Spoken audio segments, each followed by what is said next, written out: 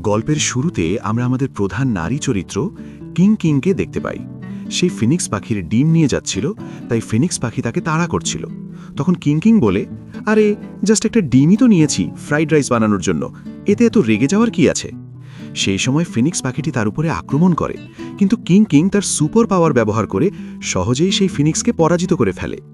লড়াই শেষ হওয়ার পর কিং সেই ডিম দিয়ে খাবার তৈরি করতে যায়, কিন্তু হঠাৎ করে সেখানে একটা বিস্ফোরণ হয়। অন্যদিকে তার মাস্টার তখন আরামে বসে চা খাচ্ছিল। বিস্ফোরণের শব্দ শুনে তার সহকারী বলে, মনে হচ্ছে কিং আবার রান্নাঘরে অঘটন ঘটিয়েছে।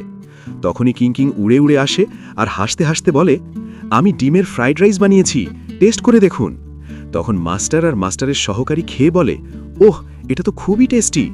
কিন্তু কিং চলে যেতেই তারা বমি করতে শুরু করে, কারণ আসলে খাবারটা এতটাই খারাপ হয়েছিল যে খাওয়া প্রায় অসম্ভব ছিল।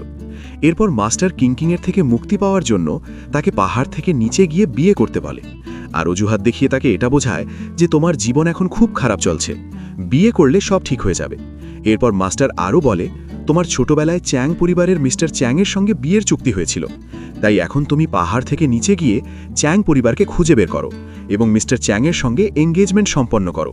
তখন মাস্টারের সহকারীরা তাকে অভিনয় করে দেখাচ্ছিল। কিং তখন সাথে সাথে আপত্তি জানায় আর বলে, বিয়ে করে কি হবে, আমি পাহাড়ে থেকে রান্না করে আপনাদের সাহায্য করতে চাই। তখন মাস্টার তাকে বলে, তোমার কাছে যতই মেডিকেল স্কিল থাকুক না কেন, কিন্তু বিয়ে না করলে তোমার জীবন বাঁচানো অসম্ভব। তখন আবার মাস্টারের সহকারী তলোয়ার দিয়ে অভিনয় করে দেখায়।